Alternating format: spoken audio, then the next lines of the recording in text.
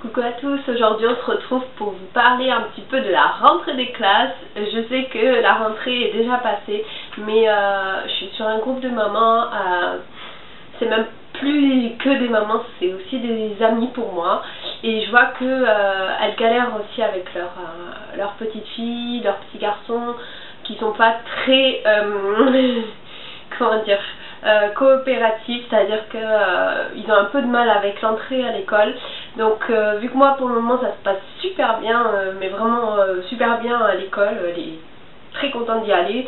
Des fois elle est fatiguée, elle me dit je veux pas aller à l'école, elle me l'a dit une fois en une semaine et demie, elle me l'a dit une fois et franchement 3 secondes après je lui ai dit mais tu vas jouer avec tes copains au toboggan, parce qu'il y a un toboggan dans son école. Elle me dit ah oui maman va à l'école. Voilà.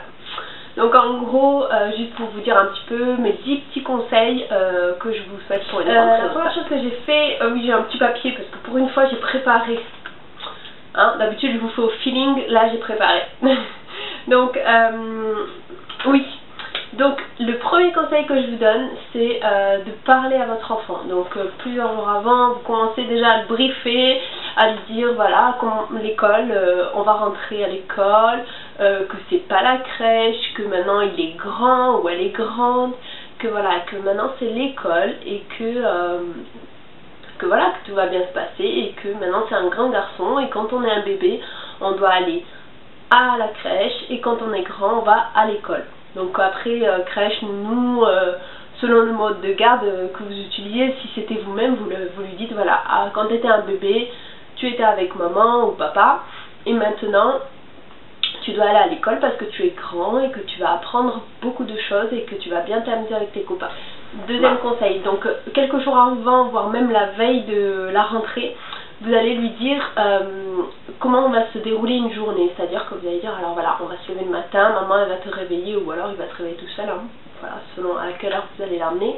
Tu vas te réveiller, tu vas d'abord déjeuner, ensuite maman ou papa va t'emmener à l'école, tu vas passer la journée, il y aura la récréation, ensuite maman viendra te chercher, si jamais, ou papa, ou s'il fait la journée complète, vous lui dites, ben voilà, après la dame elle viendra te chercher, tu iras à la cantine, ensuite tu feras le dodo au dortoir avec les copains, tu vas jouer, et ensuite maman ou papa viendra te chercher.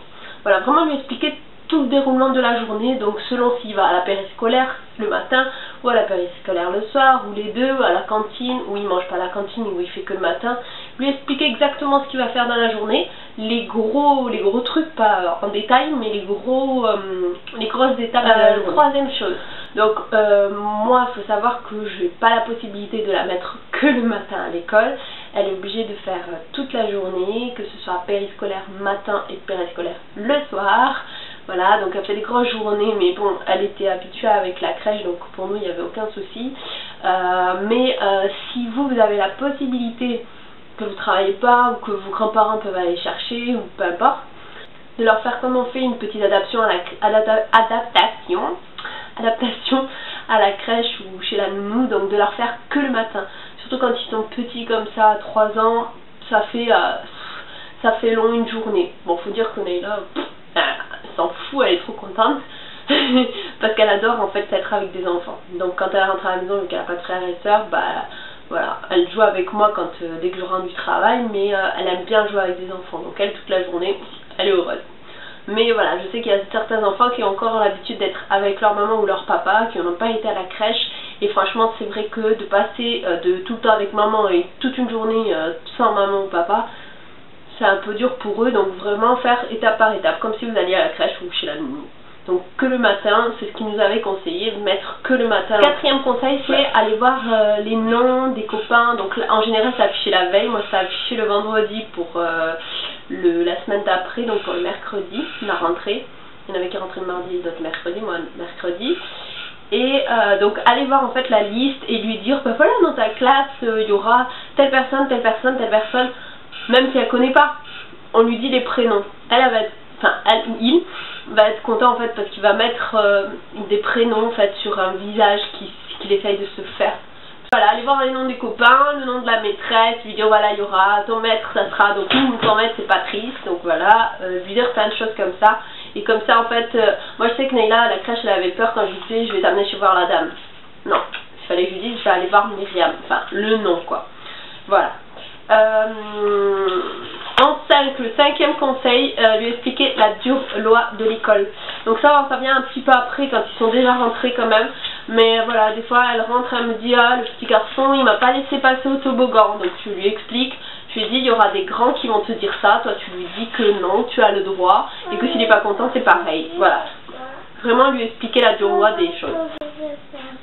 Pipi, go! 6e étape, 6e conseil, acheter un cartable, sa tenue pour la rentrée ensemble. Ça permettra en fait de le faire participer. Comme le 7e conseil que je vous donne, c'est de préparer son cartable avec lui, de préparer voilà, ses affaires pour la rentrée scolaire ensemble.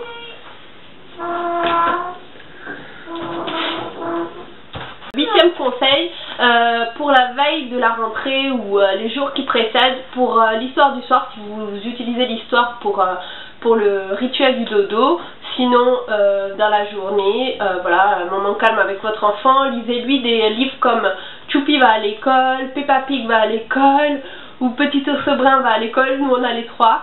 Il y en a d'autres encore, voilà, mais à l'effigie de son ou sa héroïne préférée.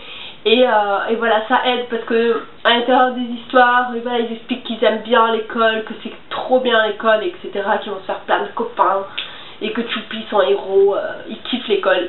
Donc voilà, ça aide et franchement elle adore. Elle me fait comme Choupi, je vais aller à l'école. Voilà.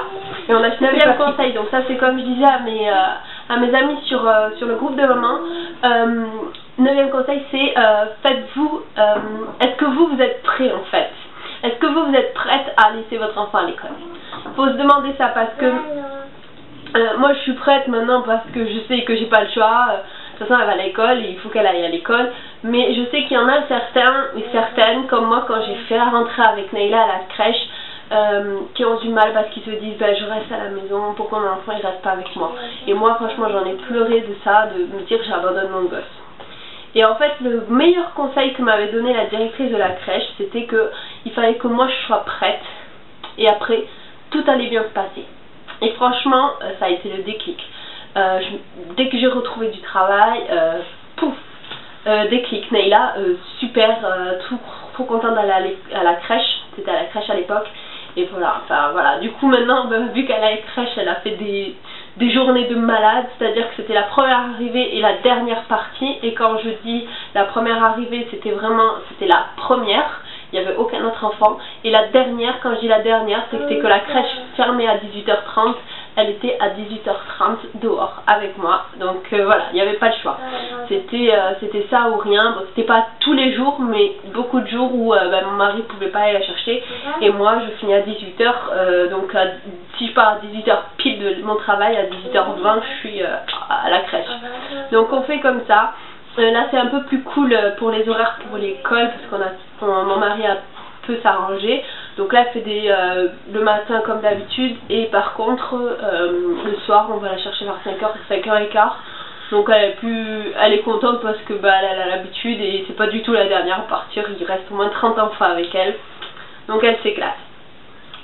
Et si vous pouvez, sinon, si vous n'arrivez vraiment pas à vous détacher de votre enfant, moi le mieux c'était ce qu'on avait essayé aussi pour la crèche, c'était, je vous parle de la crèche et pas de l'école, parce que l'école, nous, en fait, ça se passe super bien, mais c'est les étapes auxquelles vous pouvez être confrontés dans le même sens que moi à la crèche, mais pour l'école.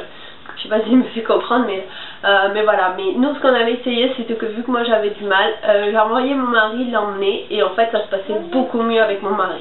Donc en fait, elle pleurait pas, elle disait rien, vu que lui, il était tranquille. Et elle me disait, la directrice, que les gosses sont des éponges, ils ressentent tout, et c'est vrai, malheureusement c'est vrai. Et du coup, ça s'est mieux passé. Donc si vous avez la possibilité que ce soit votre mari ou votre conjoint, etc., ou votre copain, qui l'emmène, parfait. Et 10e conseil, faites confiance en votre enfant, parce que même si peut-être au départ il va pleurer ou quoi, parce qu'il voit d'autres enfants pleurer, ou voilà, il est un peu triste au départ, il va s'éclater par la suite, et je vous assure que dès que vous aurez fermé la porte de la crèche ou l'école, peu importe, voilà, mais là le but c'est l'école, il faut que je me focalise dessus. Voilà, dès qu'il aura fermé la porte, c'est bon. Franchement, vous allez voir qu'il va s'éclater, il va s'amuser. C'est vrai que peut-être au départ ça va être un peu dur parce que c'est les premières étapes, hein, c'est un grand changement pour eux, c'est un tout nouvel endroit, des copains qu'ils connaissent peut-être pas forcément, mais voilà. Il faut prendre le temps et ça viendra par la suite. Si ça vient pas de suite, ça viendra ensuite, vous inquiétez pas. Les enfants ils s'adaptent très facilement. Et juste un truc, ça c'est juste un petit intermède pour finir la vidéo. Un conseil, ça sert à rien de demander à votre enfant de raconter sa journée parce que l'école ça restera toujours un secret. C'est-à-dire que l'école, à chaque fois que je lui demande t'as fait quoi aujourd'hui, c'est pas. Et t'as mangé quoi, c'est pas. Et t'as joué avec qui, c'est pas. Voilà, donc l'école ça restera toujours un secret malgré tout. En tout cas moi je vous fais des gros bisous. Dites-moi en commentaire vous si ça s'est très bien passé ou mal passé la rentrée à l'école. Et si vous avez des conseils à donner en plus de ceux que j'ai dit et ceux qui ont marché pour vous si vous les avez déjà utilisés. Moi je vous fais des trop gros bisous et j'espère revenir très vite pour une prochaine vidéo. En tout cas là j'en ai une autre de prête. Je pense pas avoir le temps de la filmer aujourd'hui mais vous aurez déjà celle-là. Je vous embrasse très fort. À très vite. Ciao. Tu dis au revoir? Est-ce que c'est bien l'école? Oui, c'est bien. Et tu joues avec plein de copains? Oui. Et est-ce que tu as pleuré à l'école? Non. Non, t'es une grande. Pas pleuré. Ah ouais, t'es une grande fille. Mais c'est comment pour fermer? Ah, tu veux que je t'aide? C'est comment pour C'est un peu dur, hein. fermer? Allez, fais au revoir. Regarde.